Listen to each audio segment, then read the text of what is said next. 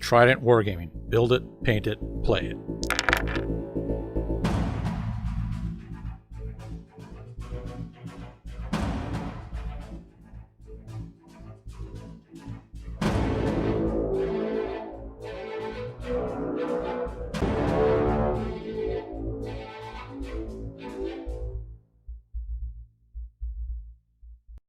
Hey everyone, thanks for tuning in. We've got a Horus Heresy episode. It's our Liber Imperium Part 1, the 10,000. We're going to be talking about everything from blood games to sweeping up the throne room. I am joined with Alex once again. Pour one out for the Telemon. It's the Custodes coverage episode. Ooh.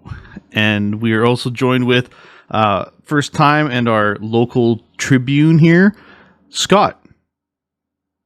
Great to be here. Welcome. I guess kicking things off for the episode, we can jump into a little bit of hobby progress.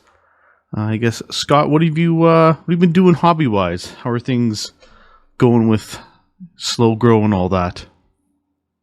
Slow grow has been doing good. I'm somewhat schizophrenic in my hobby and alternating between the Dark Angels and my Custodes, especially with the changes that we'll go into for Liber Imperium. I found that I need more infantry than I was used to in 1.0. So instead of my 9 fists, I'm like, oh, okay, well, let's add some more guys. But it's helped me get my gold recipe down better. And so just seeing the progress made has been great, especially with the slow grow. Oh, it's awesome to hear. Awesome to hear. And yourself, Alex, what have you been cooking up? I've seen some pictures. I'm just trying to clean up my hobby room after like 8 months of aggressive hobbying and not slowing down. But I finally, I finished my list for LVO. I gotta clean up a bit of I guess I got a Sakaran Arcus to do some decals on, and a Proteus that I'm just finishing up. And I realized last minute that I forgot to do the 10 jump packs for my Aquile Palatine Blades. Oh. So I'm ripping off my backpacks and magnetizing my jump packs so I can get them in place for LVO. But other than that, I'm pretty slow on the hobby front for the last 2 months here leading up to Christmas, dragging my collective butt. It happens. I can definitely appreciate it. Over the holidays, myself, I didn't really get a ton of stuff done. It's basically been lining up my Imperial fists, going through, adding all the extra details. I'm starting to edge highlight all the black, starting to get all the weapons kind of detailed and blocked out, and just trying to take them from tabletop to that next level standard, which really helps the models pop on the board. If you're keeping up with our socials, you'll see little pictures and stuff that I'm sharing along the way.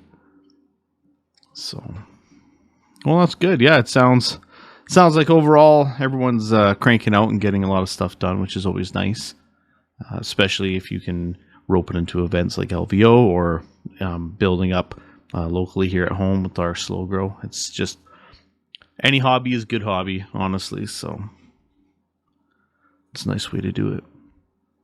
Truth. Yeah. I guess jumping in for some meat and potatoes here. So yeah, we're going to be talking about Liber Imperium. This is our part 1. It's going to be all about the 10,000, aka the Legio Custodes.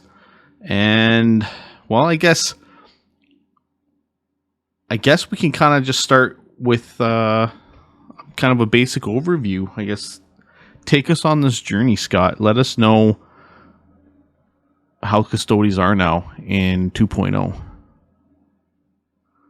Sure. So just for a little background, I first got into Warhammer with Custodians. I remember it was the last, 10 minutes of 7th edition. And Horus Heresy 1.0 was just starting with the burning of Prospero.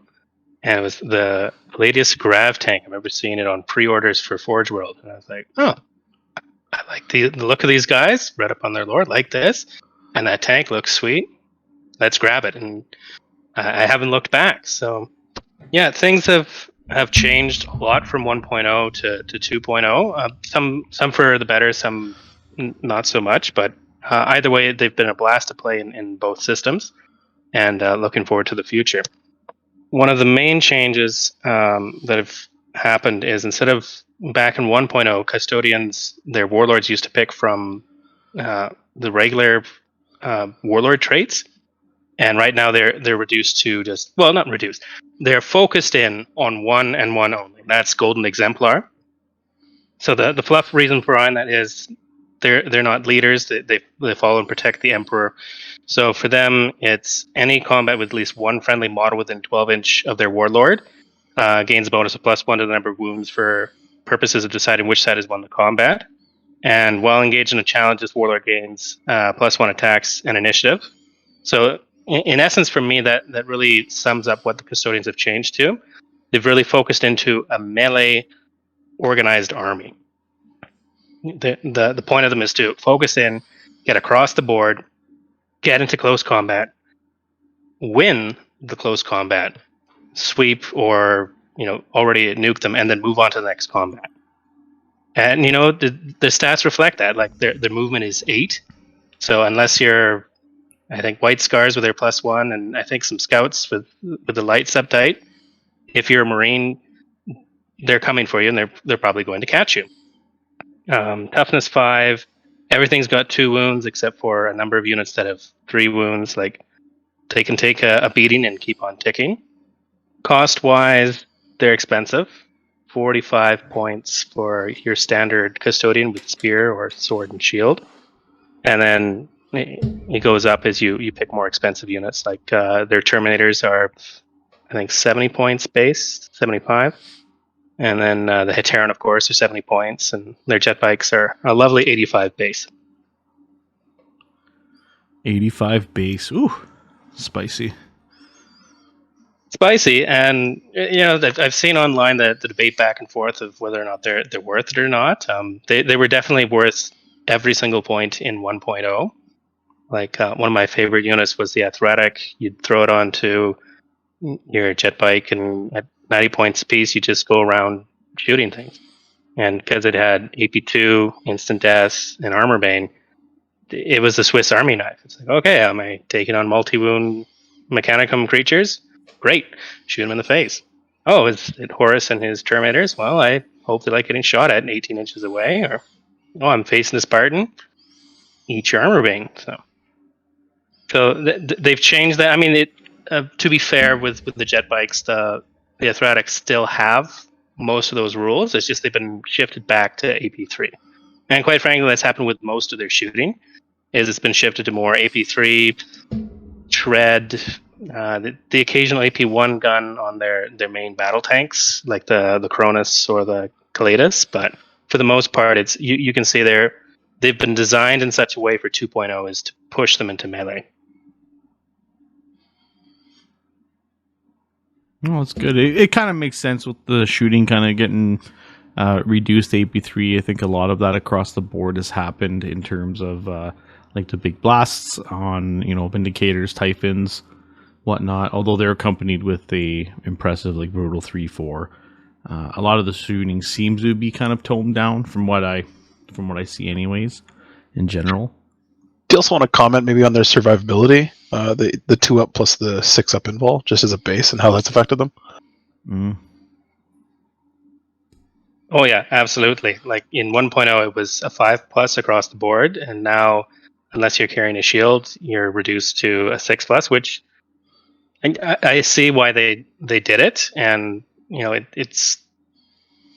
it helps tone them down a touch because they can throw out a lot of damage. But if you're coming with AP2 weapons or rending weapons, you're going to be able to take out custodians. Well, in 1.0, they had a bit of a reputation of taking a lot of damage and just keep on coming. 2.0 custodians, at least from my perspective, don't have that same feeling. Like, well, Alex, you and I have played tons of games over 1.0 and a couple in 2.0.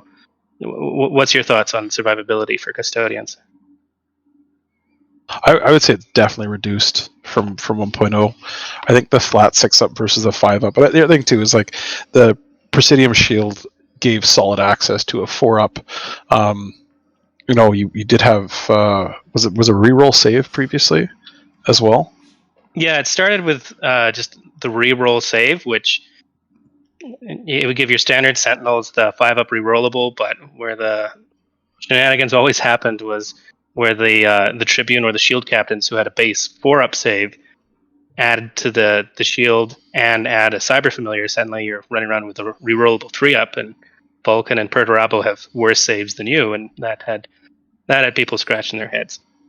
Yeah, and I think like the toughness 5 6-up base with a 2-up save makes them really hard to deal with AP3 armies. Like they don't die to bolter fire, they don't die to AP3 templates, they're not getting doubled out for las cannons, just stuff like that. So you really the 2 wounds on them now really honestly makes it feel like they're more durable but not unkillable like they were in first edition. Like first edition, and again, I've played dozens and dozens of games against Custodians players in first edition, and it always felt like I'm going to throw everything at you, and if I kill 4, it's a good time.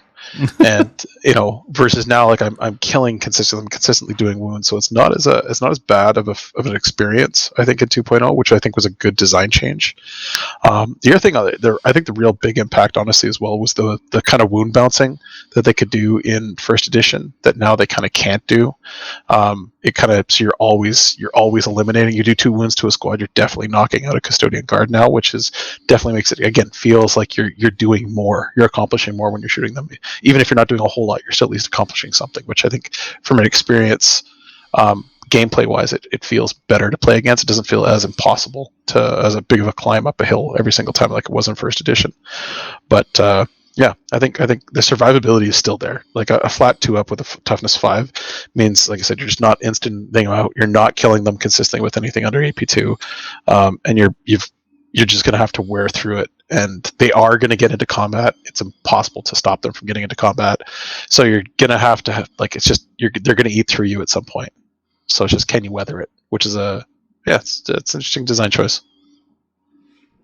Yeah, agreed. I feel like, as you say, it's been a good change to 2.0 as a system as a whole. That there's no longer the wound shenanigans, and part of that's shifting them from characters to chosen warriors. So, and there's advantages, disadvantages of chosen warriors.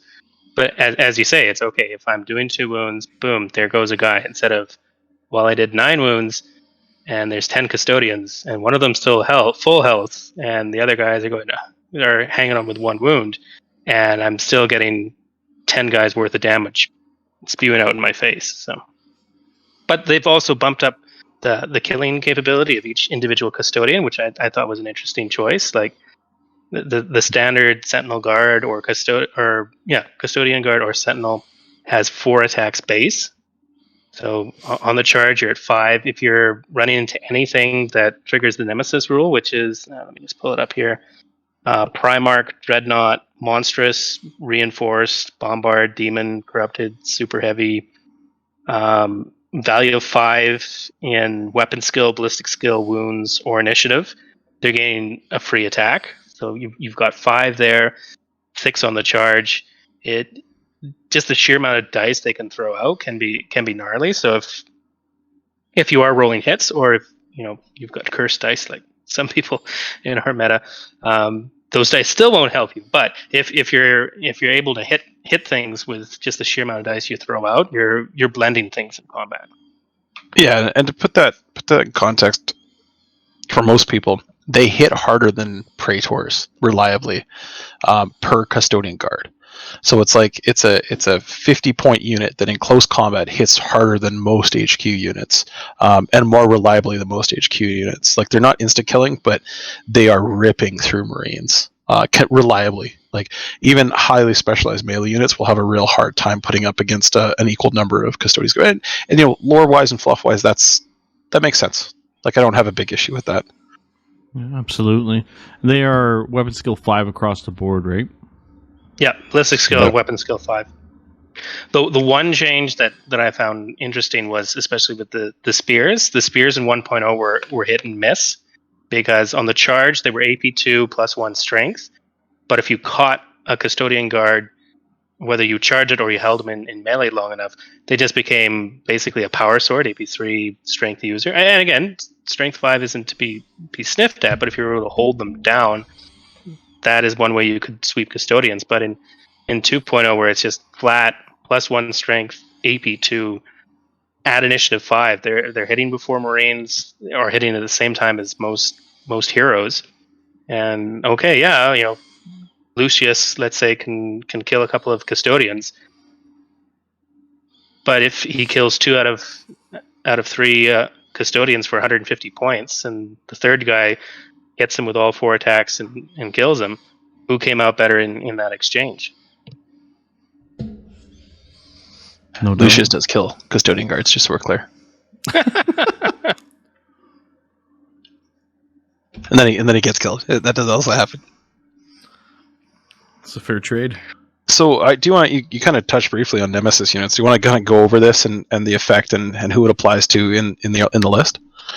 Sure. So I'll just pull it up. It's on, for those following at home, it's on page 17 of Liber Imperium.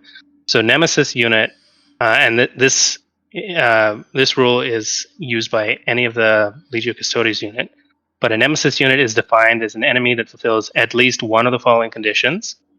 And it's one or more models with Primarch, Dreadnought, Monstrous, Reinforced, Bombard, Daemon, Corrupted, Super Heavy, Unique, or Knight. And if the majority of the models in the unit have a value of 5 or more in weapon skill, ballistic skill, wounds, or initiative. So ironically, Phoenix Terminators will trigger this, but a Castellan won't. And of course, if the unit includes the enemy warlord. The honest, real weird choice is Bombard.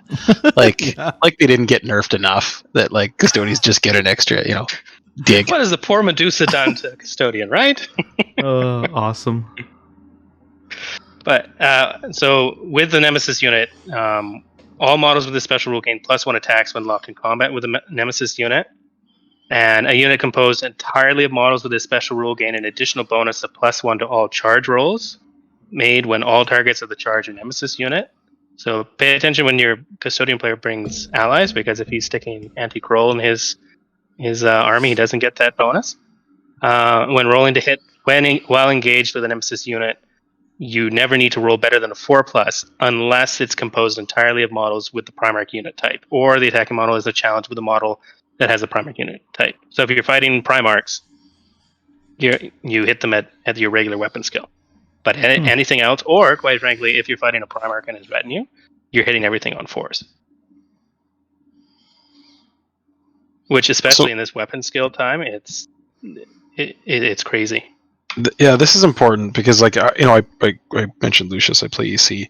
One of the things that I rely on as a gimmick is Sonic Screamers or Sonic Screechers for close combat. It gives a -1 to hitting in the first round of close combat, and the other thing is using the special ability of the Phoenix Terminators or Palatines to add +1 or +1 to the weapon skill when attempting to hit the unit back. So basically forces, or you can force a unit to hit you on 6s in the first round of combat if you line those up, or at least 5s. And Nemesis overrides that. It means you're always hitting on 4s no matter what happens. So you can't stack buffs and anything like that to reduce the effectiveness in the first round. They're always going to hit you on 4s no matter what you do, which is bonkers. And again, if your Primarchs in a retinue with anything, they still can't use Nemesis, so they always hit you on 4s. So it means they're hitting your Primarch on 4s consistently, which is crazy. Yeah, no doubt. What about the other thing you kind of touched on there is a little bit is like their movement 8 now, and Nemesis gives +1 to the charge. So that gives them +2 to the charge consistently against a weapon skill 5 unit. Yeah, so that's the other thing that makes them, quite frankly, terrifying. At least looking from my top angel view, because I'll run some games against myself and go, holy shit, these guys are closing in. But yeah, they'll consistently have +2 bonus to their charge. They can't fail 4-inch charges, quite frankly. And then when you move on to, let's say, the Venatari, when they have the jump packs and they're 14 inches, or the jet bikes with 16 inches, you can have this incredible threat radius. Like jet bikes, they start, you move 16 inches. They have, I think, is it over 13 inches? It's +3 to the charge. Over 14, yeah. So they're +3 +1, so they're +4 to the charge. Yeah, On a That's 2d6. insane. Yeah, so it's not quite the Lion's I can't flub an 8-inch charge, but a 6-inch guaranteed charge. How many armies would cut off the left arm for that? Heck, That's like I can think of, that's a guaranteed 11-inch charge math wise. yeah, That's crazy. it's insane, and they hit so hard in close combat. Like, back in 1.0, at least for me, the best way to run Custodians was play them as Talons of the Emperor, and you have this rich mix of Sisters of Silence. You have your shield captain or tribune running around with a little retinue, usually pretty small, and then focusing a lot of guns to hit with such speed at wherever you want in the enemy's army. But now with the changes to shooting and just the changes to melee, the whole system feels like it's pointed towards running up, charging, and beating the snot out of your opponent. Like, even if you don't get a first turn charge, Custodians at movement 8, and then with the changes to run, their initiative 5, suddenly you see this Custodian unit of moving 8, another 5 that's 13 inches. In a lot of the maps where it's 24 inches between deployment zones, you're on the back foot thinking, okay, how am I going to take care of this? Yeah, so realistically, you've got essentially one turn before they're in your face. You'll be getting turn 2 charges across the board if you're going to be playing aggressive, which from the sounds of it, Custodes you're going to excel at, especially to get into combat and to make sure you're going to be dealing that damage that you're now very well geared towards, especially in this meta with abundance of Marines floating around. Yeah, now, the one thing they don't have is access to a lot of stuff that gives rerolls for hits. So they're hitting you on a 4 plus, but that's it. So unless you're pulling in shenanigans with getting a chaplain from an allied unit or an allied Space Marine Legion, which slows them down, whatever they roll is what they roll. Now there's some stuff like Soulrite Talons got changed from, in 1.0 they were +2 to your strength but AP3. They're super lightning claws. Now they're just a flat AP2 strength 5, which is interesting because with any modifications to their strength it won't affect their weapon. But strength 5 shred, especially on the amount of attacks a normal Sentinel unit can throw out. Crazy. That's gnarly. Well, even Alex, I think, my first 2.0 game with Custodians was at the Slow Grow. It was 1,500 points, and it was against your Emperor's Children. And I remember it because we both looked at our armies and we're like, okay, well, it's going to go either one of two ways. Are they going to get blown off the board within the first 2-3 turns? Or they're going to mulch the Emperor's Children in turn 2 or 3. And it got pretty close. Your last cannons, I can't remember, Alex, were they Sun Killers or were they just the regular last cannon squad? Just heavy sports with MOS. Dirty old Master Signal, eh? Yeah. Like, they're good. It really, like that, I think, hindsight, that with a smaller board like that game really came down to the roll-off, unfortunately. Like, even with a 24-inch board, with a 8-inch or 12-inch deployment, the Agamatus would have made it into close combat first turn, so would the jump troops there, I forget the name. So, like, there wasn't a whole lot of deployment options. We kind of just, like, if I got to shoot, it was going to maybe go my way, and if I didn't, it was not probably going to go my way. But I think unfortunately they are built for bigger games. I think in like 1,500 points or less, they could get really abusive because it's a coin toss. Like, if I go first, I'm going to charge you, and that's it. And if you go first, then you may stand a chance in 1,500 points. But most Marine armies can't put up enough AP2 at 1,500 points unless they're like Iron Warriors, maybe, to deal with that much 2-up save coming at you turn 1. Agreed, especially if they're going for a take all comers, especially at the small levels, or even at 2,000 if you have your standard Marine army of your Praetor his command squad retinue, a good old heavy support squad, maybe some javelins with grav stuff. Sure, you're able to deal with many different threats, but you just don't have enough either in close combat or at range to deal with 2,000 points of custodians running up the board and screaming their heads off. Yeah. But at the same, go ahead. Sorry. But at the same thing, what I noticed at least at 1,500 points is they start running out of steam when they suffer losses. Like, Alex had some dreadnoughts, he had his heavy support, he had his main block of Terminators, and I remember running the numbers, looking at the board, and going, okay, I can either afford to go this way or that way, and if I succeed, great, then I might have enough steam left in to take on the second group. But if I pick wrong and take some more casualties from shooting, I'm not going to have enough steam to take the third step. So step 1, step 2, and then step 3 just petered out. And sure enough, partly because of flubbing a reaction thing, the custodians missed their opportunity and got shot off the board. But it was give and take. Yeah, I have often wondered how my Imperial Fist army would perform against the Custodes list.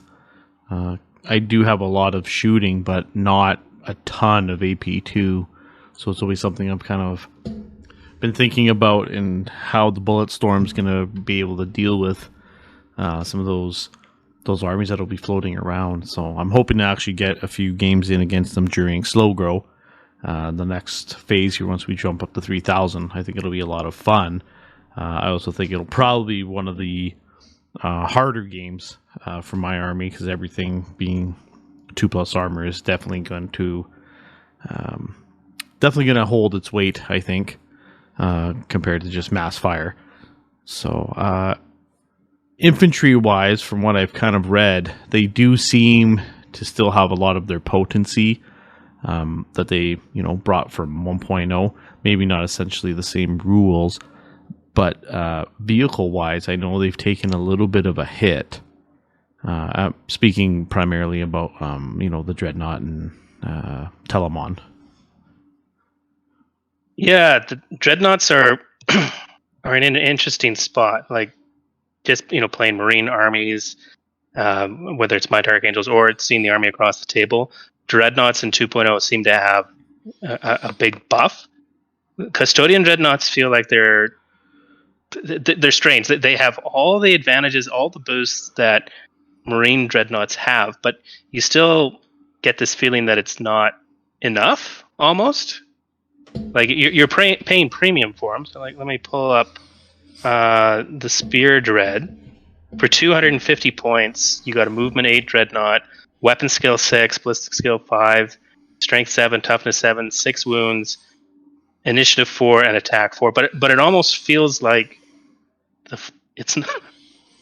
Again, it's rich to come from, but it's almost not enough. Like, only 4 attacks. You're like, oh well, I can spend 150 points and have 3 times as many attacks, called AP2. And the Dreadnoughts Initiative 4. So if you're fighting other Dreadnoughts, what I've usually found is you get a mutual kill, which if you're playing cheaper Marine Dreadnoughts versus Custodian Dreadnoughts, the balance goes out, and it's like, okay, well, yeah, I killed his and he killed mine, but I spent 125 points more. Especially when you add in like they got little guns you can add onto the wrists, the destructors, another 15 points each. So a fully loaded Contemptor Dreadnought is about 280 points, and I'm trying to remember how much a Marine Dread is. On average, around 205 to 215, yeah, depending on your loadout. Yeah. Which again, don't get me wrong, they're great and they're focused in close combat, but their range shooting is sort of meh. Like in 1.0, the spear had a las cannon strapped to it. Well, a Custodian las cannon that gave you D3 shots, 36-inch range, and AP2. But with the change of shooting in 2.0, it's now 24 inches, a very solid Assault 3, but it's a las cannon with just AP3, not breaching 4+, breaching 5+, or renting. It's just an AP3 las cannon. So at times I kind of I see why they did it, but I'm almost like it's still a las cannon. How is a las cannon AP3? But so that for the Achilles, honestly, I feel like the best of the three is the Contemptor Gladys Dreadnought, just because it's got it's a big old shield, 4-up invuln, instant death on the sword. Like it's designed to run and just wing, kill Marines, have a decent chance of killing another Dreadnought and then actually surviving. But it's odd. They're in a very different place, especially when shield captains almost feel like they do their job but better at initiative 5, especially with some of their weapon choices. But Alex, I brought the Spear Dread Target. What do you think of it? Underwhelmed. Like I was just looking, I was kind of comparing the two, and it is kind of it's a weird take. Like, you're paying a lot of points for basically weapon skill 5 or weapon skill 6, I guess, because they get access to Nemesis too, right? Yeah. Like the Achilles is base weapon skill 6 with his big fuck off spear, and the spear is instant death. But yeah, and Niche 4 is bizarre. It does seem weird when everything the else rest is of like the army 5. is a Niche 5. Yeah. So like you're always hitting on 5s, but you're hitting it at the same Niche, which is just weird. And I don't know, it just doesn't. It feels like an overly priced Marine Contemptor. I agree with that. And then when you go to the sword and board version, they lose weapon skill 6, I believe, and they get weapon skill 5, and they're a heavy sports choice. Is that right? No, they're still 6, but yeah. So they 235 weapon and skill they're heavy 6. support choice. Yeah. So they're 15 points left, and they're heavy support choice, and they get sword and board, which is like the lethality of the sword. I don't think is more than the sword and board version, and the sword and board version is more survivable for less points. So it just seems like they're both in a weird spot, because they are, to your point, Scott, they're on the low end. They're 35 points or 30 points more for a sword and board version compared to a normal Contemptor with a Melta Power Fist Plasma. So like, I don't know. I think it's a reasonable. I agree that the Gladys is the best option, because again, it is only 30 points more, and you're getting weapon skill 6 and a 4-up info out of that. So I think that's a worthwhile 30-point increase compared to the Achilles, where you're getting not any more lethal because he's instant death, but he doesn't have brutal. Like a brutal 3 Contemptor will just rip through him faster than he will kill him and kill him back. And you touched on the brutal, and that's what's been niggling at the back of my mind, is it feels like they were built before brutal entered the system. Like if brutal wasn't a thing, these guys would be amazing. They'd be better than most dreadnoughts, because most dreadnoughts for Space Marines have strength 8, strength 9 weaponry, which is good. But if you face a T5 opponent, they're just it's bouncing off. But with the Custodians having strength 12 spears or instant death swords, they're that tier above. But without brutal, it's like, okay, well, who cares? I'm facing a Custodian Hitarian Guard who's got the 2-up, 6-up. And if I survive with my Dreadnought, then I just pile drive him with a brutal 3, and all right, I only caused 1 wound, but he's got to save 3 times. And the odds are you're insta killing him with those 3 hits right there, because he's only relying on a 6-up save. So the other thing too is you've got, like, for 200 points, for actually under 200 points, you can take 4 Custodian Guard, and they're going to have 5 attacks, 6 attacks on the charge, 7 attacks, 6 attacks on the charge for sure against a Contemptor. Yeah, 6. That's insane. 6 times 4, 24 attacks. they're all hitting 1 inch higher than the Contemptor. They're all weapon skill 5 against weapon skill 5, so they're hitting on 4s, and they're wounding on 4s, and they're AP2, so they're forcing in bull saves on the Contemptor before he strikes back. Honestly, I'd have to double check, but I'm pretty sure math is that 24 attacks, hitting on 4s, wounding on 4s, 12 hits, 6 wounds. That's enough to kill a Contemptor before he hits you back, and it's 10 points cheaper than a Marine Contemptor, and it's you could afford 5 Custodian Guard for the same cost that you're paying for an Achilles, for a Gladys, and 6 Custodian Guard for what you're paying for an Achilles, and that's 36 AP2 strength 7 attacks on the charge. Like, it's way more points efficient. They just they seem like they're it was a bit of a screw up. Like, they're like, well, we need to make them the same points as Marines, but like, they're gold, so we're going to add 20 points. Yeah, and that especially felt like it hit the Telemon. Like, it feels night and day. Like, I don't know. 1.0, it felt like they thought it was going to be like another Leviathan, big, heavy, walks into combat, starts swinging. But it was just, you're playing too good at shooting, because your two options were the Culverin, the Elastus Culverin, which was an AP2, just beautiful for shooting Terminators, because it was, you'd have 5 shots each. So if you're sitting there, again, it costs around 360, 380, somewhere in there. But you'd pump out 10 AP2 shots at 36 inches. In fact, one of my first times I took that gun is against Bill's Space Wolf. And he had Russ running from pillar to post, trying to, ambush Valdor, and this Telemon just turns and obliterates his bodyguard of command squads and Russ himself, because it was just AP2 going through any invols they had. No feel, no pains, who cares?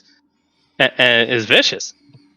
Or the arguments went back and forth, which was better, but my personal favorite was the Storm Cannon, because you'd set them up. Again, it'd be expensive at 400, but quite frankly, they were worth it. You'd set up 1 or 2 if you were in some of the higher point games, and you could reach out 48 inches with 7 shots apiece at AP3 and just gun down Marines, or switch to the AP1 version, and you're hitting tanks or Primarchs at strength 9 AP1 from 72 inches, and just sitting there going snipe, snipe, snipe, snipe, snipe. So part of me was going, especially as 1.0 comes out and the change to toughness for Dreadnoughts, I'm thinking, holy cow, these Telemon are going to be vicious. Because 1.0, their main weakness was if you shook them, which was pretty easy to do with their special rule that took the damage chart down a notch. And if you shook them, you had this very expensive 400 points paperweight that would hit on 6s instead of hitting on 2s. And in my mind is, okay, well, if they're just going to port it over, that's going to be insane, because you'll have, toughness 8 wounds, and it'll just sit there gunning down army after army. And, I was happy. Hooray, that's not what happened in 2.0. And I'm also sad because they went the complete opposite direction. Like, it's 365 points base. It feels, it feels like someone took the Leviathan points, said, well, it's gold, slap on some extra points, but didn't change the weapons for 2.0. Like, its fist has thunder instead of brutal. Like, not even brutal 2, it's just thunder. The Storm Cannon is 12-inch range. And on a heavy movement 6 Dreadnought, against a smart opponent, you're hitting nothing. Because it'll just be, oh, okay, well, I keep 18.5 inches away from you at all times, and scuffle around the field, shoot at it. Oh, don't have to worry about a reaction back from this thing, because it's too slow. And so I'm just not sure what their thought process was for it for 2.0, or quite frankly, if they had a process for it at all. If it was just port it over 2.0, let the guys deal with it as it goes forward. We sold enough of these guys, just port it over, it's fine. I may have had. I may have bought 3 in one go. So Forge World has enjoyed my money. Let's just say that. For someone who was abused by a Telemon for years, brutally abused. I don't feel too bad. But on the other side, like to pound for pound, they have a very similar stat line to Leviathan with one more weapon skill. And again, an Ish 4, which is hilarious. 365. So if you take the Elastis Accelerator, 2 of them is 50 points, 25 points a piece. 2 of them would put you up to over 415 with a 24-inch range. And all it is heavy. I guess it'd be each one is heavy 4. And again, I think the Elastis is probably the go-to for me personally. But the Elastis is 24-inch range, strength 8, AP 3, heavy 4, running 6. The nice thing is brutal too. This is other than the Ultramarines. Custodes are the only army that have brutal on ranged weapons, which is hilarious considering it's AP 3. So it's not like your poor Marines needed 2 wounds per invulnerable save that they don't have, but it does force a ton of saves for a heavy 4 weapon. The weird thing though is it doesn't feel like it's enough shots. Strength 8, AP 3, heavy 4 feels like it's just, you're not, for 25 points, you're not really getting good bang for your buck. And I really think honestly they screwed up the stats here. I think the Elastis should have been like maybe a 16-18 inch range, more shots, and the Arrakis Storm Cannon being 12-inch, strength 8, AP 1, heavy 3, lance, exoshock. It's an anti-tank weapon that you can only shoot while you're within charge range. Like, that's bizarre. It's like having an Inferno pistol, a 3-shot Inferno pistol. Yeah, it's kind of odd just from hearing it. Like, I would like to see their that heavy 4 almost more comparable to a storm cannon, and then the other weapon you were talking about, the AP1, 12-inch range. Essentially, they could have probably gotten away with giving it like a Cyclonic Melt-a-Lance stat line. Would have made it a little bit better, right? 18-inch range. Yeah, absolutely. Like, I look at it again, like playing multiple armies here, I look at the comparison to what they did to the last cannon on the this is going to test me. The Mechanicum Thanatar Calyx. So it went from amazing. strength 10, AP1, 1-shot, Exoshock in first edition. It's now 30, or it's got a 36-inch range. So it's still full range, I think. I'll have to check that, but it's heavy 3 now. Exoshock 4 up, strength 10, AP1. Like, and you're paying 275 points for that. I think it was 250 base or something like that, plus 20 points for the Calyx. That thing outshoots this Dreadnought, the Telemon, and it's like almost 120 points cheaper. With stronger, it's strength 10, 48-inch range, armor bane, and shock pulse to boot. Shock pulse, sorry, not exoshock. Sorry. Yeah, like it is trucking at 48, and this thing, and again, that's like it sits there and puts a triple las cannon shot and blows up whatever it hits. You'd think that if they were going to design a Telemon to have like a long range shooting option to pop tanks, or an option to pop tanks, it would be a long range shooting option. Even like it doesn't need to be heavy 3, but maybe that was heavy handed, but maybe heavy 1 or heavy 2, or ordnance 1, ordnance 2. To give it a 12-inch range just makes like there's no point in taking it. Like, because if you're that range, you might as well just charge with your Cestus and punch something, and you'll do way more with that option than shooting it. And the bolt launcher, and everyone forgets this, but the bolt launcher isn't that bad, but I still don't feel that it tips the scales over. Like Leviathan, for comparison, everyone usually just goes for the Phosphex launcher, which is beautiful. EP2, dumps a nice little template. You can pull it back and forth 2 inches. And the Spectaclus, it's decent, like 36-inch range, which is odd because everything else is, like I said, Alex, 12 inches or 24 inches, but it's strength 6, it's AP 4, heavy 8, and pinning. So it's decent, and I can see it doing good work, but it just doesn't feel like the weapons of a 400-point Dreadnought. So, and it doesn't. The Spectaclus is better than the Elastis. Yeah, which is crazy. Which is crazy. and it's free, right? You don't even have to pay for it; just comes built in. Yeah, That's comes wild. stock. Like, you just give me 3 spiculous bolt launchers. Like here, my Telemon is heavy 32 pinning, strength 6 AP 4, 36-inch range. That'd be great. I'd take that. I'd take that 7 days a week. But yeah, just like the Elastus just doesn't seem. Strength AP 3 is really good at killing Marines. Don't get me wrong, but everything that Custodes does is good at killing Marines, and I don't think you want your 420 point Mega Dreadnought that's only moving 6 inches a turn, walking up the table, really good at killing something the rest of your army is really good at doing already. I don't know. That's just me. Yeah, it just makes it seem like it's got a redundant role. Although, So like in Marine armies, the Dreadnoughts being like so good and so point efficient, yeah, it's the opposite here, I think. yeah, it sounds that way. It does seem weird. The initiative 4 is what really kind of boggles me a lot, and then obviously the low movement on that Telemon. I think an 8-inch movement, initiative 5 across the board for the Dreads would have been probably nice.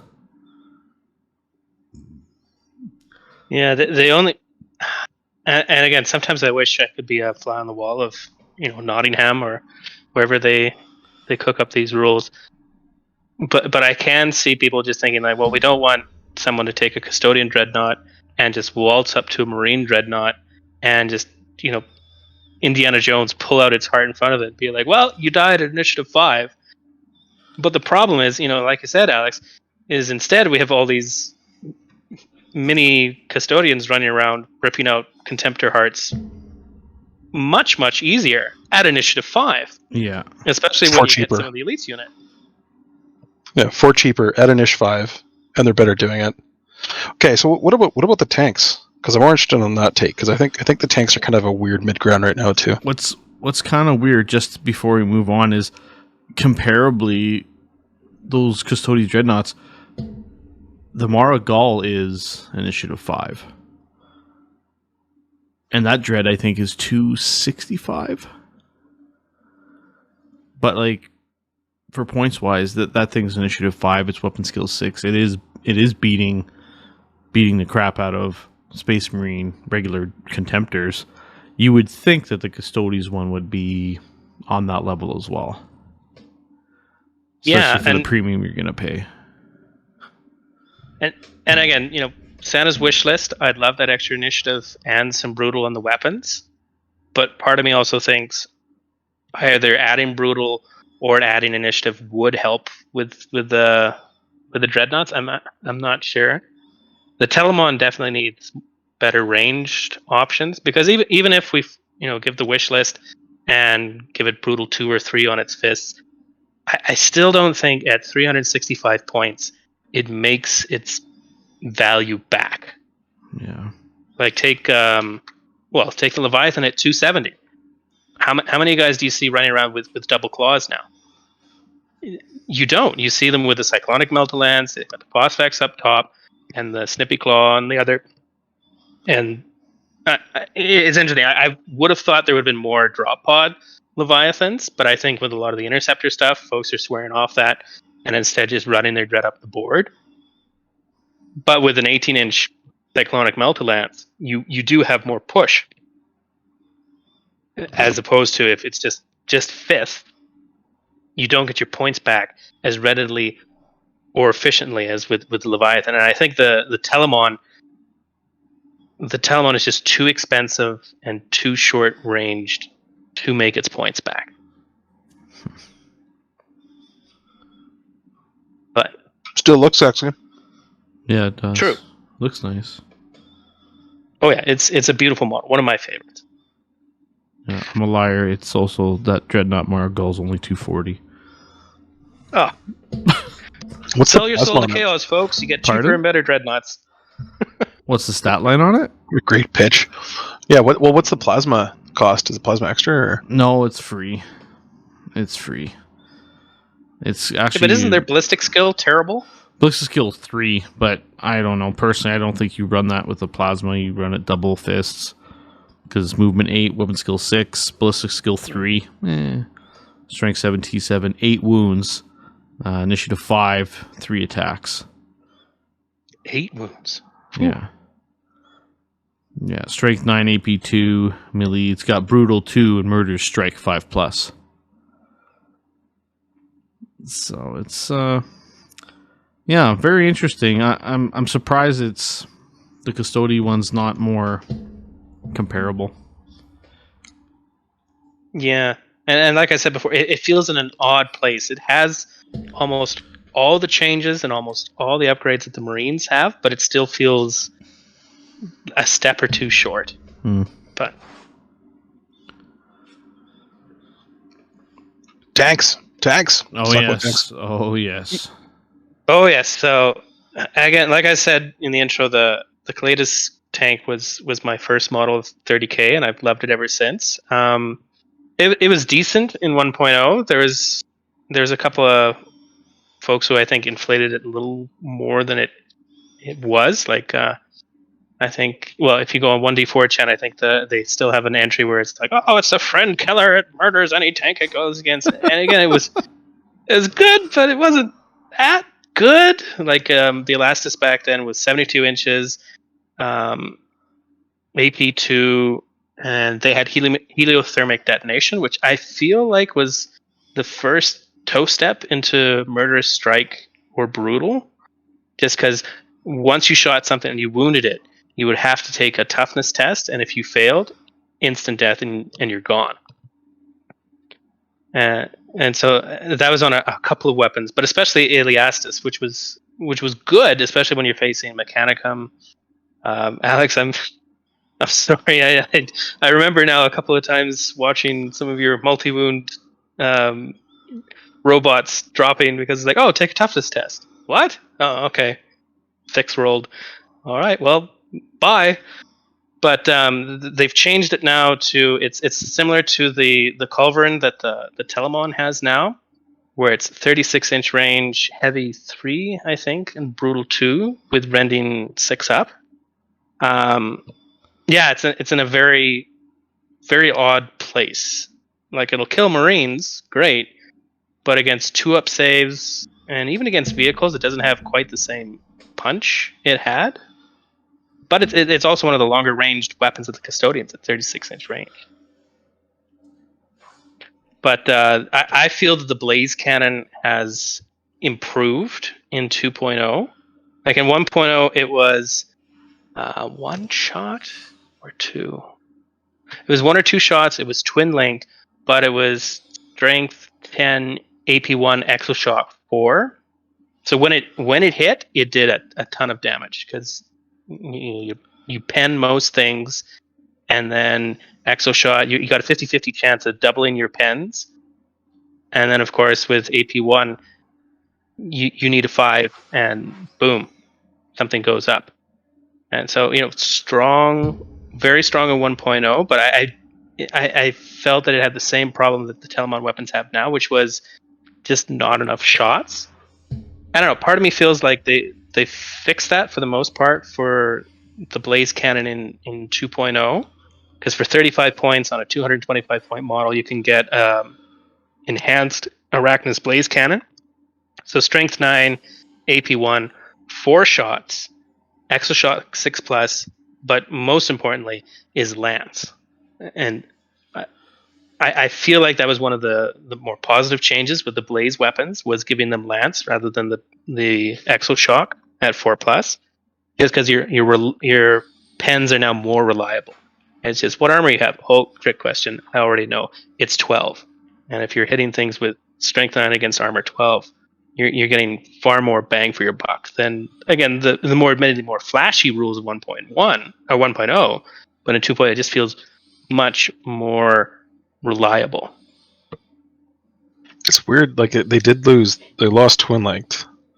Like, granted, they're always shooting on BS5, so you're hitting on 2s most time anyways. It kind of seemed like a waste. But it is weird that the enhanced Arachnus Blaze Cannon, you lose 24-inch range. It goes down to 24-inch range, so you lose 24 inches of total range. You gain 2 shots, though, to do that. But it forces your tank basically downfield, where if this is the only weapon you have that's 48-inch range, keep it at 48 range and just shoot twice, because you're reliably penning anyways. Like heavy 2 Lance, Exoshock 6 on strength 9 is like, what's that, 3-up pen? Yeah, 3-up pen on most things. Again, Rip, Rhinos, rip lance 4-up pen, sorry. But yeah. That's really good. I guess like Yeah, you're guaranteed like at least 2 to 3 pens, I guess, if you have heavy 4, but you got to be within 24 inches to do that. It's kind of, I don't know, it's a weird choice. and again, it's one of those things like so it's good on a first strike, like an alpha strike. Like it's got movement 16. It's not fast, which I thought was odd. It had fast in 1.0, but it doesn't have fast in 2.0. But then again, you're snap shooting basically your Lastrum cannons in the front, and you're focus firing with your main gun. So let's see, 24, 16. So you've got, again, what's that, 42 inches of threat range. That's pretty good. But you can't sit in the backfield and snipe. So you got to move up, and you're charging into the enemy's zone, which then means your side and your flanks are wide open to counter shot. So if you can hit something and kill it, great. But it's probably not going to survive the next couple of turns. Even and it's good. Don't get me wrong. It's got front armor 13, side 13, a flare shield, 4 hull points, so it can take some hits and keep trucking. But especially with the amount of las cannons in the game now, I don't see it surviving past its first strike. So if you are going to use it to hit something hard, and don't get too attached to it, because they're going to focus on it and they're going to kill it. Especially with sundering las cannons now. Oh. That sounds... Yeah, it definitely sounds a little bit reduced. What about the that big beast, the Orion? Oh, how's that thing looking? I haven't tried it yet, or the Ares. When we get to bigger numbers in the slow grow, I think I'll pull them out. I like them, but I'm also scratching my head at a couple of things, like the Orion movement 19. Who puts movement 19? It's like, okay, well, just put it at 18 or put it at 20, because, and again, I sort of see why they did it, is because you have to move half rounding down before you can drop your troops. So they want you basically to move 9 inches and then drop out your guys who can run up another 8 inches and then attack something. But it just feels odd to put it at 19. Like, not 18, not 20. We're going to put it on 19. It's pretty good for the front and side armor. 7 hull points, 13 armor, side 12, rear 11. It's got an Eclipse shield, which is basically a souped-up flare shield. It lost... No, it still... No, yeah, it lost. It had an Ares strike, but it looks like it lost that. As it's got a lot of heavy weaponry. Like, I feel like the Orion and the Ares are going to be your heavy weapons, especially at range. Like, it's got 2 of the heavy spickless bolt launchers, so that's the heavy 12 version of the one that was on the Telemon. It's got 2 hull-mounted twin Lastrum bolt cannons, which aren't as good as they were in 1.0, because they were AP3. They had the heliothermal detonation. Now they're still strength 6, but they've got AP4 and shred. So mileage may vary on what you get out, but they're still pretty reliable. They're going to wound stuff and they're going to hurt. And then they've got the 2 centerline mounted Arachnus heavy blaze cannons. So those are the strength 10 2-shot 48-inch range blaze cannons. So a lot of firepower and a transport to boot. The one thing that sticks out to me is I don't feel like they expanded the transportation capacity properly. Because for it, back in 2.0, it had a capacity of 24, and it still has 24 now, which is fine, except Custodians are now bulky 3 rather than bulky 2 they were in 1.0. So, I don't know, is it worth spending, how much is it, 600 points to put in basically 24, 8 guys max? less if you're putting in Valdor, who's a Primarch, at 4. Like, I don't know. It depends. Is the 600 points better to give this transport that can get shot down with intercept, or friggin' lightning comes out of the sky and shoots it? I don't know. I gotta try it out to see. What about the Ares? Ares is one of my favorite looking models, just for the the sheer size of its main gun. Like, literally, this thing is 2 engines slapped to a frame that has this, I think it's like 8-10 inch long las cannon that just goes down the center line of it. So it's similar to the Orion, similar stats: 19-inch move, ballistic skill 5, rear 10. Oh, so it's got a slightly weaker rear, but thankfully it doesn't have. In 1.0, it had this crazy rule that if it did get penned from the back, it had a super explosion and would lose much more hull points and just crash and burn. But they took that out, and they put the price up to $650, which I think was fair. But it's got 2 of the heavy blaze cannons, just like the Orion, the Magna blaze cannon, which is the same except destroyer, so it's got all the wonderful rules of destroyer. Damn. And then some firebomb clusters as well. So, on paper, it looks like it's honestly one of the harder hitting ranged custodian units, but that's not a hard contest to win, and it's 650 points. And with just how Primarchs and Lord of Wars work now, unless we're playing a truly enormous game, you're probably not going to see it in a list with Valdor, and Valdor feels like something you're going to take to fight at the Primarch. So if you're facing big games and you're facing a Primarch, I'm not sure if this is worth the points for shooting, but I don't know. We'll take her for a spin and we'll find out. In isolation, in this, like, in a 3,000 point type game, an Ares gunship seems like a bit too much of a point sink, given that you're basically shooting 6 strength 9/10 AP1 weapons, but not in isolation.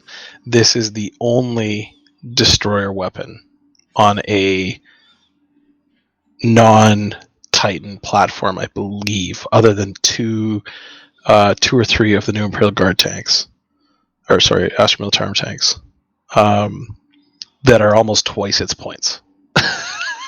So, like, your most destroyer weapons right now, you do not have access to in 3,000 point lists. Full stop. They just don't exist.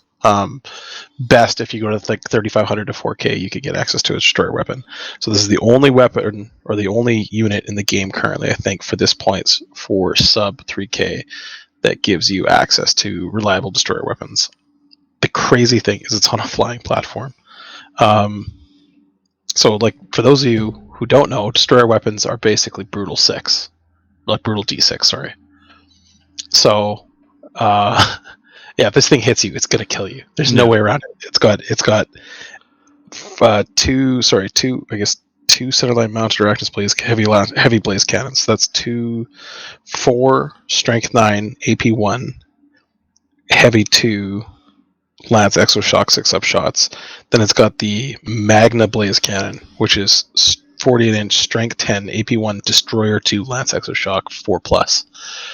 So it's doing, if it hits twice, it's doing basically 2d6 armor penetrations with Exoshock 4 up. I would assume Exoshock 4 up on each one of those pens. That's the way I would read it. That's like, gnarly. It's like that could blow up a Titan. Like, if you did 12 pens and each one of those has a 4-up Exoshock attached to it, like, I mean, I'll settle for it blowing up a Porphyron, but the poor Spartan would not see this coming. No. Spartan delete. Well, even if you're shooting against the Spartan's flare shield, you're like, okay, fine. I'm only strength 9 against your front armor of 12. And then you just roll up with like you say, Alex, 12 pens, and you go, how many hull points do you have again? Not 12. No. So and not to overshadow the two front-mounted Infernus firebomb clusters, which are two 7-inch strength 6 AP4 templates. Like two 7-inch templates every turn as well. That's crazy. Well, and that was the crazy thing is in 1.0 they were just one shots, and quite frankly they weren't worth your time of day because you had to fly over someone to drop it down. And in the age of everyone had an Arcus, you're like, I don't think I want to do that and get a missile to the back. But yeah, if you're tossing out, like you say, these two 7-inch blasts that ignore covers and you're just carpet bombing the place, it does work. Well, surprisingly enough, being massive blast too, considering across the board most of the blast template sizes have been dropped. Everything kind of dropped down to like the lesser tier, right? Like Vindicator's going to just a small blast and whatnot. So that's interesting. Lots of potential, though. I have to do some quick math here. It's 38 square inches of coverage per template. Like, just the volume of wounds that's going to throw out. Like, oh, woo, my. Something's going through. That's awesome. That is awesome. So, going back to tanks, I think both the Palace and the Cronus Grav carrier are at least in a similar headspace for where they are. The Palace, for if folks don't know, is sort of their land speeder fast attack choice. It's odd because unlike the Javelin and the land speeders of the Marines, it didn't make the transfer over to wounds and toughness. It's still 3 hull points with armor 11 front and side and rear 10. Oh, weird. Yeah, it's weird. It's a vehicle. It's skimmer and fast. So in theory, you can move it 16 inches, and then is fast. You add another 16, or you add its movement doubled. I think it's add movement double. So you're moving another 36 inches. So in theory, you can literally run up the long end of the board turn 1. So it's fast, and it's 60 points. 60 points for one. It's got deep strike, outflank, with a flare shield and a twin-linked blaze cannon. So the Arachnus blaze cannon is the reduced. I say this with quote marks. Reduced version of the heavy blaze cannon. It's only 18 inches, strength 8, but it's got lance, 2 shots, and AP 1. And I feel like it's benefited the most because I remember in 1.0 when it was still strength 8, AP 1, and all that jazz, but you'd struggle against armor over 13. So against your armor 13, it'd be decent. Against 14, you'd be like, well, I'm glancing, but I'm not getting any of the exoshock or the AP 1 stuff that I want. It's just sort of, okay, I'll glance you to death inch by inch. And, there's exceptions. Like the one time I played a guy who had a knight as his Lord of War. And it took my army at that time was all shooting. And it weathered an entire turn of shooting. And I was like, wow, it saves run point. And then turn 2, my Cronus points its gun at it, hits it. No, someone else hit it, and so it's down 1 wound. And the Cronus hits it, and it's like, okay, it pens, great. Oh, exoshock, great. We've got another, so 2 pens, and I roll for max damage. And with having only 6 hull points left, it just vanished. So I said, whoops, here we go. But and again, that was on the high side of its effectiveness, but for the most part, it wasn't as reliable. Now in 2.0 with Lance, I feel like this is much more reliable because you can have these 60-point speeders zipping around to the side of a Spartan, unloading 2 shots and going, well, you're armor 12, and that's what, glancing on 3s, penning on 4s. You got a 50-50 chance of penning with 2 shots. That's pretty good odds. And if you 1 in 3 shots, you're exploding that Spartan. and you can take these things in a group of 3. So 3 at 60, that's 120. So for 180 points, you're just about guaranteed to explode a Spartan that's carrying your opponent's Primarch and his retinue squad. Blows up, strength 8 hits on all of them. Honestly, I feel like that's a pretty good bargain. That's insane. Yeah, like how many hull points on each? 3. So it's pretty light with only front and side of 11, and facing Ryan's Mordathan, they were rending these things pretty easy. But for 60 points, this is honestly one of our best shooting units. 60 points, like that's insane. I honestly would be running 6 of those in my army. I'm not even gonna lie, because those outperform the Proteus, I think, just in sheer points. Because the Proteus with the double grav, the way I'm running them, greasy as hell, is 85 points each. So you're saving 75 points on a squad of 3 alone, which is pretty good considering it's making everything lance, and it's strength 8, you said? Or strength 8, AP 1. That's pretty good, man. Like, I don't know. That is very nice. I don't want to gloss over that they can for 20 points more take and a Durathic Devastator, which is 18-inch strength 6 AP 3, heavy 2 instant death armor bane, and gets hot. So like, don't think about taking not popping Spartans, but like how about hunting other speeders? Yeah.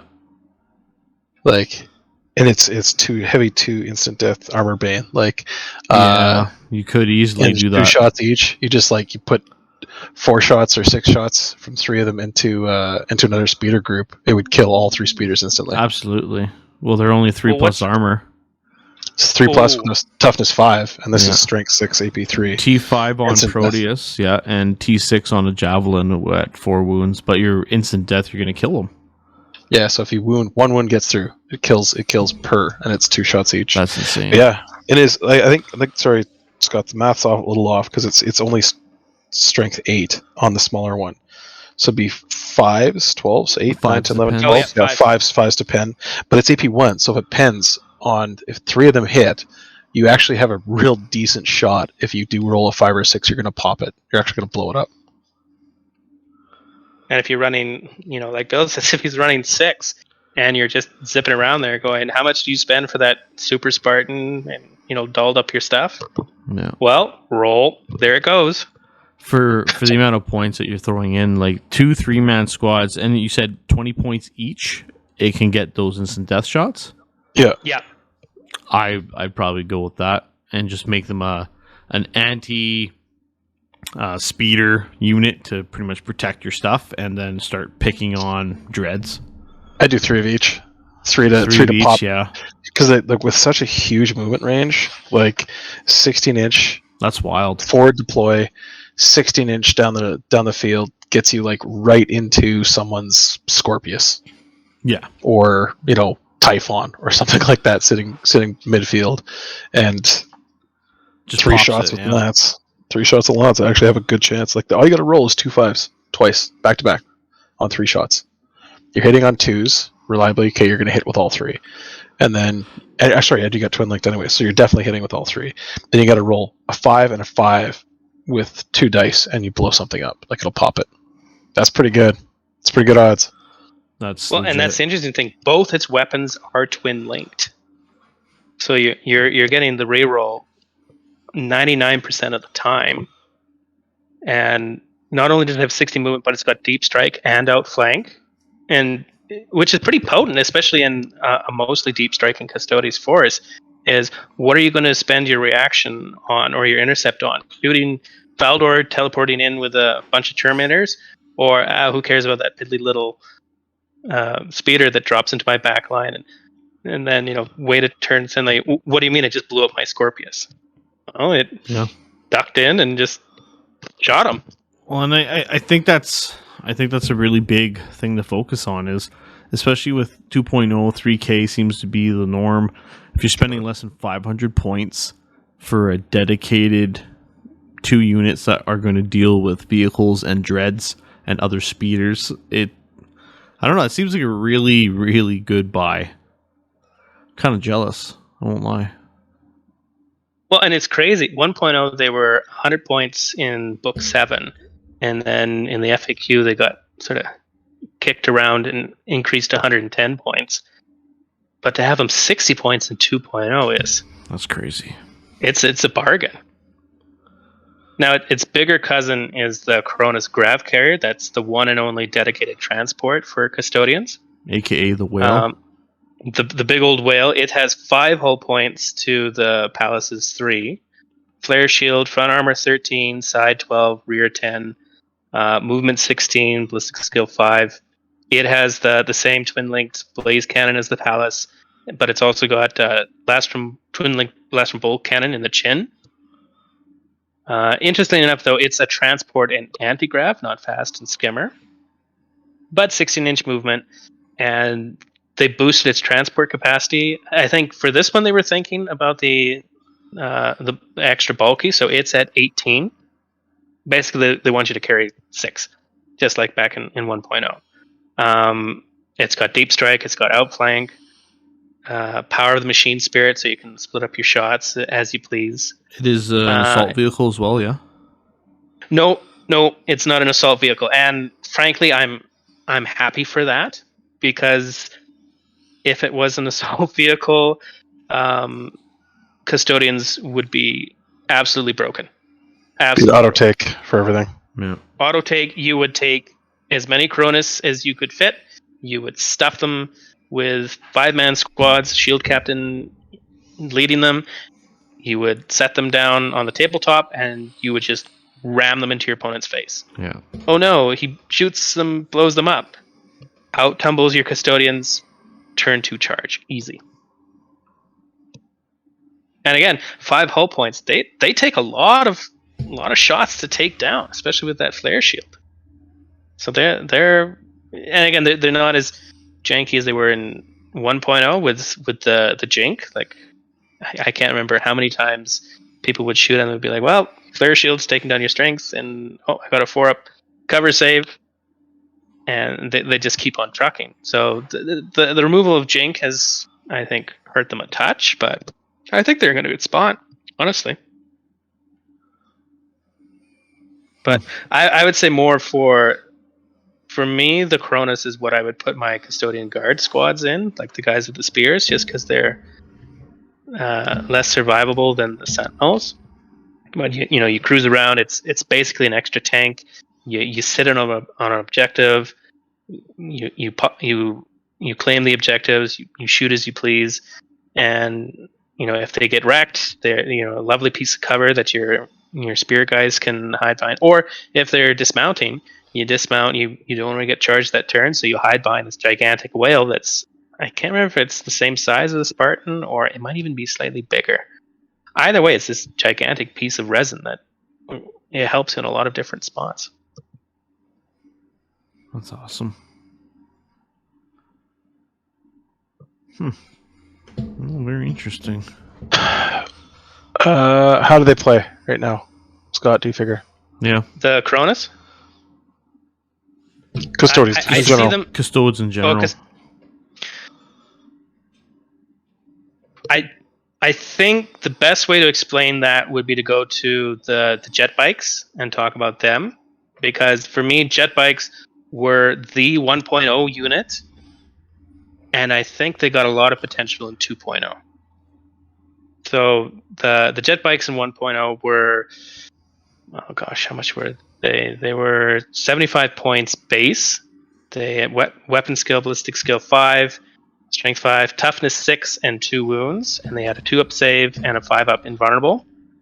They had the regular amount of texting that was 2 or 3, but they were armed with power lances.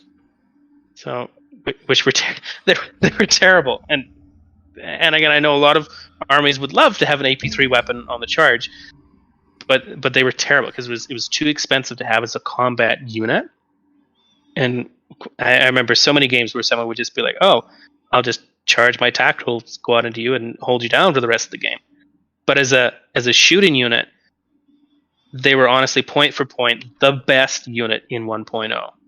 For 15 points, you could get the blaze or the not the blaze cannon, the Athratic Destructor, 18 inches, 2 shots, strength 6, but unlike its 2.0 counterpart, it was AP2, and it was just the Swiss Army knife of gutting any army you came across. Now, some preferred the Corvus Las Pulsar, which was more expensive at 35 points, but it gave you a 36-inch las cannon with D3 shots at AP2. And again, against Marine armies, that was pretty good because you would just fire out this mass of shots, and with your speed at 12 inches, you'd be able to keep outside of your opponent's range. But honestly, they were some of the best units in 1.0 because you can't double them out at toughness 6. Like there was no strength 12 at the time. Instant death weapons were in very short supply, and quite frankly, because the Custodians were sitting on the gigantic pile of instant death weapons at range. But as soon as you got into combat, they were toast. And I feel like they turned that on its head in 2.0. Like they're 265 points for 3 in 2.0. You can have another 7 Agomatis, which is interesting because in 1.0 you could only get 6, but in 2.0 you can have a max of 10. So you can have up to 10 Agomatis, 85 points apiece. They come stock with a last from bolt cannon, which is basically a 4-shot shredding strength 6 AP4 gun, which is actually pretty good. As I feel for reactions, like against Ryan's Raven Guard, Corax charged a big group of jet bikes, and they gunned him down, which was great because if they got into combat, I think he would have killed them. But their save is worse now. They have the Auric Demi Plate, so they and the Venatari have this, so they only have a 3-up save and a 6-up invuln. But they do have 3 wounds, so they're in this odd place of tougher and yet more vulnerable than they were in 1.0. And they only have 1 attack. And in the initial look through and the initial discussions I've had with folks on the internet, a lot of Custodian players thought they weren't worth it for shooting and they weren't worth it for attacks. Because why would you take a 265 point unit base that only has 1 attack? Like, it's just crazy, especially when, as we said before, 150 points gets you tons of AP2 attacks. For me, the Jet Bike Squadron are the hunter killers. They're no longer a shooting unit. Like the last Pulsar, I feel just isn't worth it for 35 points each. Like that turns your 85 point jet bike into, 110 points with an AP3 ranged weapon. You've got better stuff like, the 60 point land speeders. Yeah, exactly. You come up and destroy tanks. And I don't know which madman, and if I ever find out, I will either shake his hand or push him off a cliff. But the madman who designed their melee weapons changed it to a Solarite power lance. So if anyone plays White Scars, your special lances that are strength 10, brutal. Is it 2 or 3 on the Golden Keshake? Kontos. I can't remember. It's something funky, but they're specifically limited to only 1 attack. And on first read through, I thought they were doing the same thing to the Solarite power lances, but they're not. You still get the charge advantage, and especially against Nemesis units, you'll be getting that extra attack. But they gave it sudden strike 3, so you're getting, again, that they're not going to survive long in combat. But I ask you, do they need to last through combat if they've already killed everything? Well, that's just it, yeah. Because in a squad of 5, you got 15 initiative 8 attacks on the charge against, let's say it's Fulgrim and some Phoenix Terminators. Yeah. With 5 guys, you got 15 attacks, initiative 8, AP 1, strength 10 with armor bane. So they're just riding up to whether it's dreads or 2 wound models and just charging them, lancing them down. I feel like they're in a good place now. Anything that hits back at them with an AP3 weapon or better is going to kill them. but they're just vicious against Primarchs, against Dreadnoughts, against Retinue squads, especially if you have another squad of Custodians joining in the fight, and it's like, okay, the I-8 attacks will wipe out their stuff, their higher initiative stuff, let's say characters. Like if you've got, what's a good example? Well, let's take my Dark Angels. Let's say I'm running Corswain with just some regular Terminators, and I've managed to kill off their sergeant, so he's the only character in the squad. If I challenge him to a duel, or let's say I'm facing your Imperial Fists, who have to take challenges. If you have only one character who's, let's say he's an Ish 5, and I'm thinking, oh, okay, I don't want Bill as an Ish 5 character to take out my Custodians. Challenge with the Chosen Warrior jet bike, and I'm hitting you 3 initiative steps in front of you. I just need you to fail 1 invulnerable, and you're dead. Yeah. Oh, that's pretty wild. I was just looking up that the Golden Kasheg, the Kontos Power Lance is Brutal 3, Sudden Strike 4. Brutal 3 is insane. What strength are they? Strength is 10. AP 1. Ah, I got you beat. Yeah, that's a gnarly squad. That's a gnarly squad, man. And they still have the 2-up armor save on the Golden Kasheg. Probably do. Let me check. Yep. Still have the best bikers in the universe. In the universe. That's wild. But yeah. But yeah, I feel like Custodians have to be very careful with ranged fire, and if they're playing their units smart, supporting each other, they can do so much damage. And when we played, Alex, you were very smart to target whatever could hit your line first, like if the Venatari or the Agamatus hit your line turn 1. I'm not sure you could have recovered from that, and I think that goes for any of the points levels. If a jet bike squadron that's large enough, and again, I feel like 5 to 10 is the sweet spot for the jet bikes, even though that's a very expensive squad. But that does put out enough attacks, especially with this strength 10 business, that they'll make their points back. And even if they get countercharged, they're still initiative 5. And again, against rough stuff like a Primarch, that's not going to help. But you should be smart enough to keep away from a Primarch with a movement 16 unit. Yeah. They kind of. It's an interesting because they kind of have two roles. Like what I suspect you were using them for in our game was a tie-up unit. Like they charge a tactical squad or I don't know, something like a heavy support squad, and just tie it up, and it forces it to consolidate and it drags it out of alignment, and kind of depositions the army or your opponent. But on the other side, they're perfect javelin or cruise missile. Is like, I want that Spartan to die, or I want that Dreadnought to die. It's like, here's 10 straight 10 AP1, basically instant death attacks. Suck it. Yeah, no doubt. I think the unfortunate side, or what hits a little harder this edition, is Overwatch at full ballistic skill. So like this, with AP3, this thing charges a squad, like a heavy support squad, either las cannons or something else.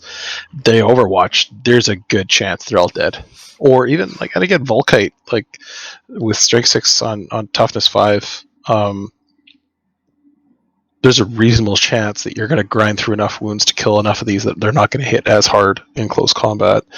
So it's a good unit, and it's really, I think it's better used against vehicles than anything else. But it definitely has like a solid use of just like a cruise missile against higher elite units without a whole lot of shooting that can't overwatch properly. Oh, absolutely, especially if you're hitting something in the second round of a melee combat where they can't overwatch, and suddenly these guys pop up and over, and they're like, okay, I'm not failing a 6-inch charge into your back line, and then at initiative 8, it can be vicious. But as you say, they're a lot more fragile now with that 3-up save. Because even against Volkite, the amount of wounds you lose on a 3-up save versus a 2-up save. Yeah, you just got to force saves, Yeah. and they're reliably going to lose a few. And a few is are they two? They're 3 wounds though, aren't they? 3 wounds. Yeah, like they are tougher to kill, but again, you at 70 points apiece or 8 points apiece, like you knock off 2 out of a 5-man unit, then there are only 3 are hitting. Then fine, you can eat that. Yeah, absolutely. Or if you can force a disordered charge, like breachers or some of the shenanigans Imperial Fists can get up to, you're cutting away a full third of their combat ability there, or half if they're charging a weapon skill 4 unit. Yeah, the other thing too that they've got. I guess no, that's Overwatch for shooting, isn't it? I'm just trying to think like who can gang up in Overwatch for charges. I don't think anyone can. Mechanicum can. That's only if you shoot them though.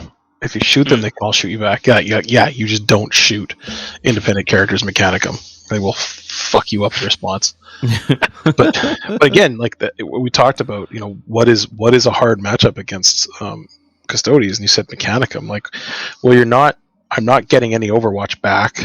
Most of my shooting is AP3 there's a lot of AP2 in it, don't get me wrong, but the moment you hit my line, my Mechanicum just fall to pieces, I think. And I think that's what's going to happen, and it comes down to like how resilient can you be, and how long can you hold up against like 2 or 3 Custodian Guard or sword and board versions hitting you simultaneously. Most people can't. Yeah, like you almost got to build for it to an extent. Yeah, and that's even before you look at the elite infantry units like the Aquilons or the Heteron, which that's another step up. And kind of feels like overkill, to be honest. Yeah, and I'm just looking at let's look at the Aquilons next. Like they're the Terminators, 3 wounds, toughness 5, only 3 attacks, 2-up save, leadership 10, movement 7, slow guys. But they're bulky 4, so they'll do well against, let's say, Night Lords who are trying to outnumber them. But 290 points for 3. Now, I just don't know if that's worth it. I mean, they're definitely more survivable. They got 3 wounds, they got 2-up saves, they've got 4-up invulns. But yeah, and it's another 90 points for each additional Terminator on top. So you're paying it's a lot. A premium for strong saves. And again, their weapons are pretty good. Like the Power Talon is free. You're gonna have to switch between the Power Talon or the Power Fist, Solarite. So it's either Strength 5 AP2 with Shred at initiative, or you get Strength 10 AP1, Rock'em Sock'em glove. And just looking at you can get an Athratic Destructor for 15 points and a Fire Pike for 15 points. Or actually, now you can run them with 2 Power Talons or a Talon and Fist. That actually might be the better melee version. But still, at 90 points apiece, I'm not sure it's worth it. What do you think, Alex, from the other side of it? The Fist is so good. It's just so good. Like it was brilliant in 1.0, especially with how Custodians could soak up damage, or even with the shields, lessen the attacks back. I don't know. I feel like in 2.0, you want to get all your attacks out at I5 so that you kill Marines before they can strike you back. But as you say, the Fist is so good. Is it worth waiting to Initiative 1 to slap someone with a Strength 10 AP1 hit? From an Imperial Fist player, yes. Yes, it is. Yeah, it's such a same reason why I take Fists on my tacticals. It's just like this weapon solves most problems for me. And yes, there's a chance I'll get gibbled first turn in a charge. Don't get me wrong, but or a challenge, but it solves problems. And like the Talon's good. Don't get me wrong. Like the strength 5 AP2 melee shred Talon is a solid option. It's a weaker power fist. You're not insta killing anything. So when you do run into those, and again, most elite armies have a ton of 2 wound vet type models. Whether it's Phoenix Terminators, because we keep just beating this with a dead horse. Because I don't know why my army is taken most of the examples tonight. But you Ultramarines next. You kill. So your power Talon's going to hit 5 or 6 times. Per model. But you're gonna do 2 to 3 wounds with that once it gets through wounds and saves. You're wounding on 3s. That's a 66% wound pool. You're hitting 89% of the time, wounding 66% of the time, and then they're saving 30% of the time. What makes it through is going to do wounds, but it's not going to eliminate models. Whereas Power Gauntlet gets through, it's toast. It just insta kills. And so for that reason, you run into a squad of Varangier or what's your specialty done? The inner circle. Bill, what's yours? The Huskarls? Huskarls, yeah. You run into a squad of Huskarls, and they've got like a 3-up invul or a 4-up invul. 3-up. Those get through, you're insta killing something.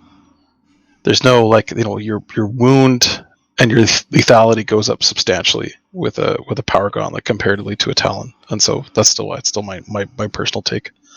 The other thing is interesting with the Terminators is they feel like they don't have as many of the disadvantages as like a similar Cataphracti.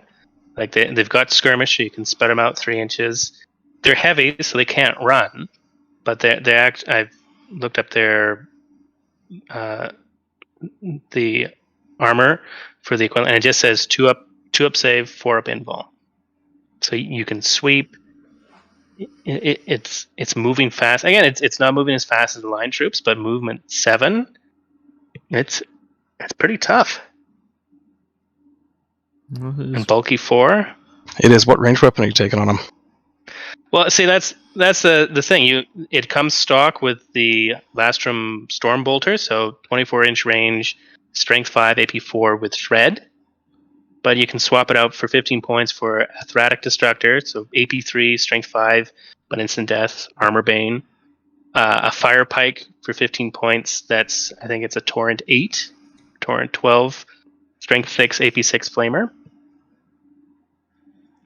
But I don't know. I feel like if you're going dedicated melee, the best option might be switching it out for a power Talon. You got the fist in one hand, the Talon in the other.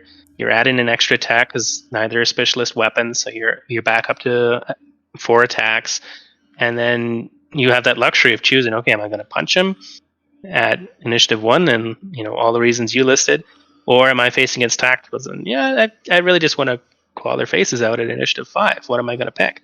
Oh, and I got 4 attack space just to boot. So I don't disagree, to be honest.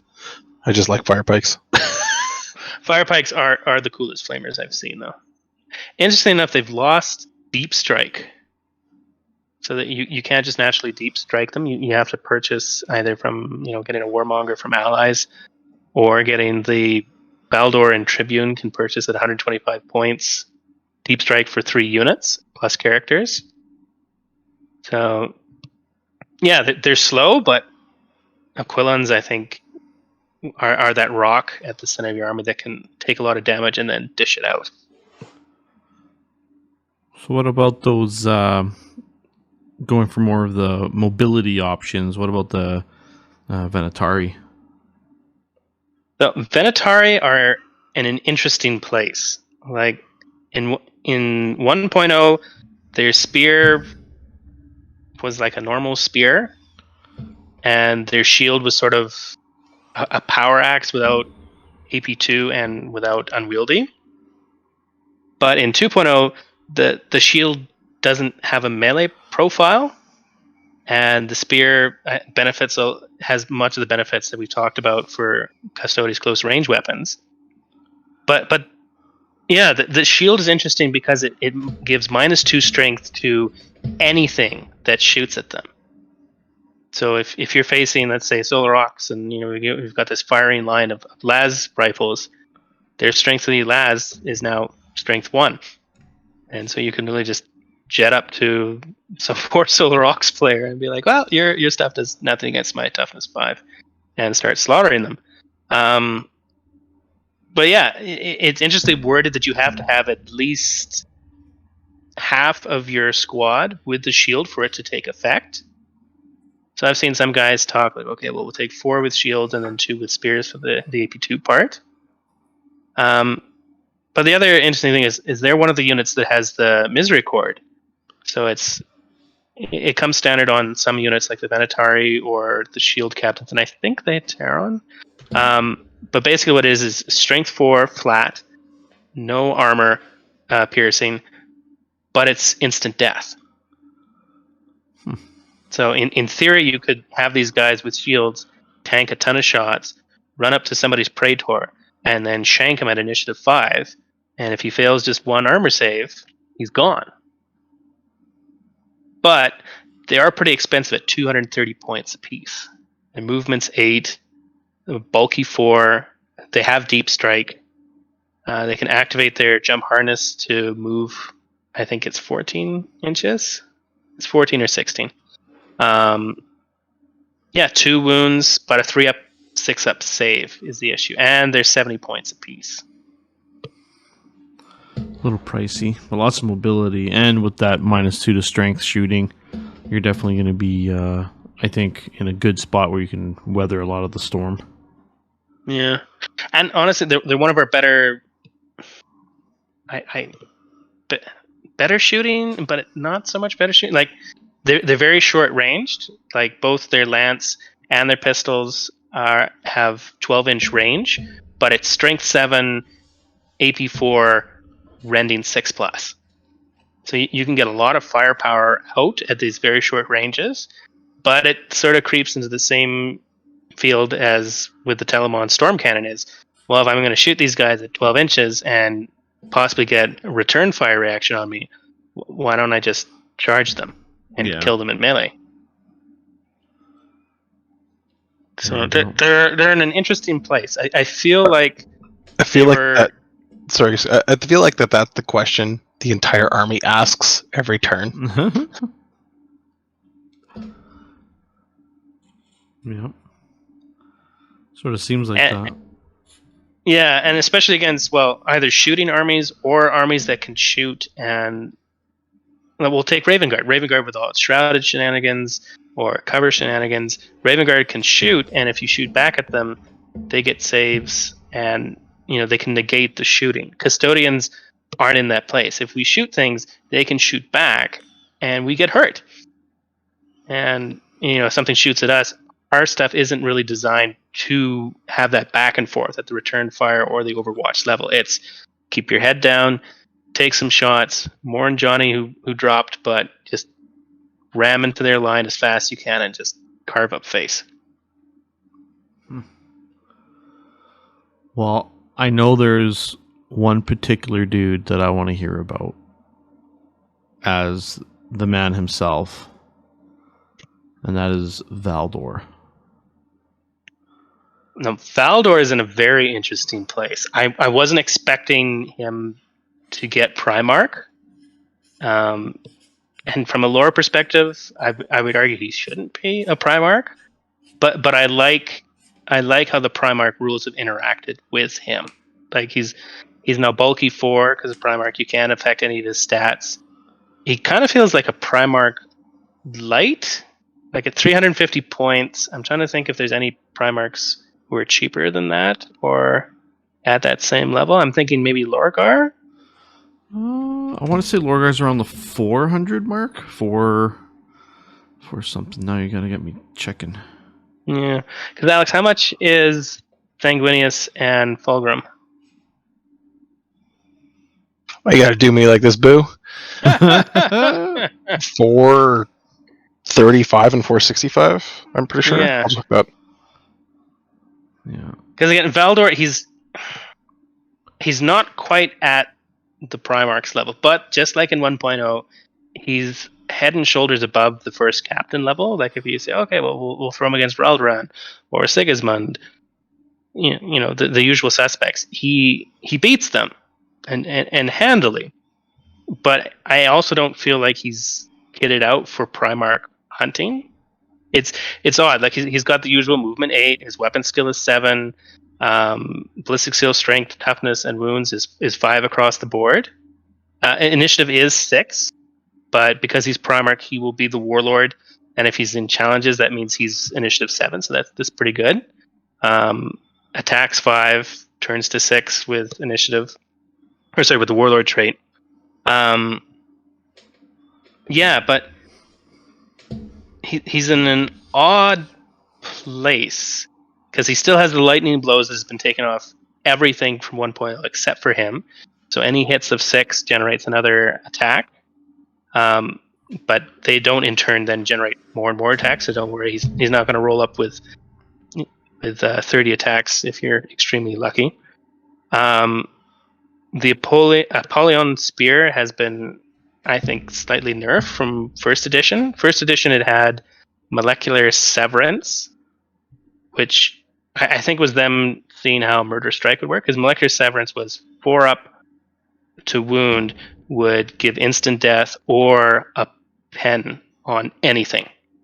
So I saw him once duel a Porphyrin for 2 turns and kill it because he's just swinging at it and be like, all right, here's a pen, deal with it. Oh, here's a pen, deal with it. But yeah, and again, it's still decent now. Like it's strength +2, so it's a strength 7 weapon. It's AP 2, murder strike 4+, lightning blows 6 up. So for a Primarch weapon, it's decent. It doesn't have. Oh, and the other part of Molecular Severance was any successful invulnerable saves had to be re-rolled.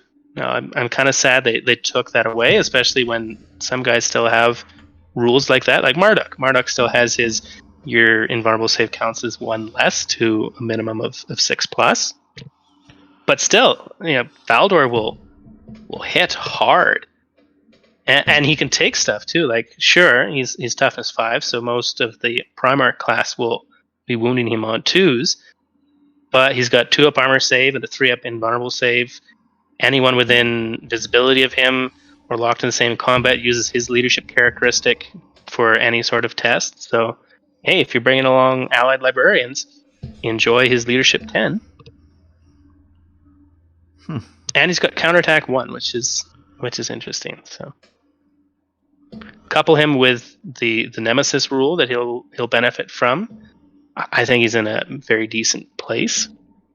Definitely not, walk him up to any enemy Primarch and kill him, but he'll survive long enough for the rest of your units to come and together they'll take down whatever you have to fight. Oh, and then he can get a teleport transponder array that I talked about earlier. So for 125 points, that'll push him up to 475. Any characters attached to the units and 3 units of 5 Legio Custodes can teleport for 125 points. The limitations being no dreadnoughts. So, because you put me on the spot, average is 465. There's a couple 440s, like Guilliman. 435 for Dorn is the cheapest on the Loyalist side. Most of the Trader Starties are all 465 or higher. Sanguinius is 485, so he's on the higher side. So this puts Valdor basically with his transponder real close to Sanguinius. Yeah, Lorgar's 415 or 440 transcended. So the big difference here is like he's ballistic skill, strength, toughness, wounds are all 5 for Valdor versus 6 for the Primarchs. Yeah. He's got, depending on your more melee-centric Primarchs, he's got 1 less attack. Most of them are around 6 to 7. He's at 5. Inish 6, again, compared to like the faster Primarchs, Jagatai or Fulgrim or even Russ. They're Inish 7 to 9. Weapon skill 7 is kind of mid-range for most melee Primarchs. He just doesn't seem to hit as hard. He, like the melee Primarchs were really what's setting them apart now is their access to brutal, Vulcan, instant death, stuff like that kind of puts them over the edge. But he does have Murder Strike 4 up, which actually is very good for most non-Primarchy type duels. But honestly, to be honest, you kind of covered it right at the end there. The access to the transponder array is really what sets him out. Is like basically it gives you a right of war that allows you to deep strike Valdor in 3 units, which is awesome, on turn 1. Which means like you're worried about your turn 2 charge. Now you got to worry about 3 unit turn 1 charges. Good luck. And like again, the army is built for this. Really, when you look at it, like I'm going to take 9 Custodian Guards in Valdor, or 6 Heteron and 6 Aquilon Terminators. That's the catch. Is it specifically says you can only take units of max 5. Okay, so 5. It's not as good as because that was my first thought too. It's like, oh, I'll just teleport 33 infantry, including a Primarch, in someone's face. Sure, overwatch me. Sure, intercept me. I don't care. I've got bodies to spare. And it's like, oh, only 5, but that's still pretty good. Especially when, like you say, Bill, that's turn 1 charges right out of teleportation right there. Yeah, I know that's wild. And don't get me wrong, like I know my army itself can throw a lot of Interceptor out, but I don't know if I have enough Interceptor to kill 3 squads of Custodes and Valdor. So no matter what, I know they're going to break into my line, and it's probably going to be a mess after that. I bet you it'd be pretty similar to playing like Armin's drop list. Yeah, because all his stuff can charge, right? Some of it's got to sit. I think. Well, isn't that how it works? That's the other thing is, okay, so let's say I take Valdor with 3 infantry squads, whether they're Aquilon line, who cares? But if I take stuff like the Venatari and the jet bikes to round out my army, they've got deep strike natural. So okay, what are you going to intercept? What are you going to shoot at when everything's just boom down in the face for 125 points plus extras? Just hide 2 squads of 3-man shields in a ruin somewhere on a line of sight for turn 1, and then turn 2 drop 2,200 points of go fuck yourself on someone. Surprise! No doubt. That's a tough list to deal with. Yeah, Tough. I like that. That's kind of a neat little thing. I guess just to get a sense, what is, before we kind of wrap up here, what is everyone's favorite unit based off what we've talked about? I know what mine is for sure. I can go first just because what really piqued my interest is that being comparable to my Proteus speeders, but it's those little bastard Palace grab attacks. Yeah, those are just so cool. Like, they look awesome model wise, and just rule wise, they seem amazing. I don't know why you wouldn't be taking a ton of them. At least 6. Well, and I've got 3, and thanks to our conversation here, I'm like, maybe I need to get some more. Yeah, absolutely, they're beautiful. Yeah, that's my favorite. What about yourself, Alex? Telmon, because it got nerfed into the ground. Well, I won't lie. If you've been touched in bad places by the Telemon, you're probably not sad to hear them getting kind of hurt with the nerf, but still a nice model. So my favorite is actually the Achilles. Even though I talked about how it's not point efficient, it's still my favorite model. I think its rules were great. They are good now. It's just not as point efficient as it really could be or should be. Yeah. But it's my favorite model right now. And yourself, Scott? Yeah, and for me, and we didn't go over it, but so I'll do it very quick. The Heteran Guard have such a potential for modeling because they don't have an official model yet, or quite frankly, I don't think they'll have it ever, because the Wardens are such a great kit for it. But they're basically the line troops on steroids, because they've got 3 wounds, same stats, access to the same gear, except for they come stock with Meridian swords, which I don't know who designed them, and I don't know why they're free on Shield Captains and Hateron, but I'll take them. Because what they are is basically swords that you can pick 3 mods for. One is strength user, but rage 3. So if you run 3 of these guys into a tactical squad, if you're outnumbered, you can dish out just a crap load of attacks. Or a what is it? And they've got funky names for each of the stances too. And then one is you lose all your attacks but 1, but it's strength 10, AP 1, instant death. Or the one that, quite frankly, most people will use, which is strength +1, murder strike 4. Oof. And so if you have 10 of these, 5 to 10 of these guys just running across the field with Valdor, you're killing dreadnoughts, you're killing 2 wound models, you're threatening Primarchs, quite frankly, with just this insane amount of attacks. Their only downside is they don't have line. Oh no. They've got the 2-up, 6-up, like the standard custodians, and they're 70 points apiece. So, but they're beautiful. Like if they make it in, they'll mulch stuff.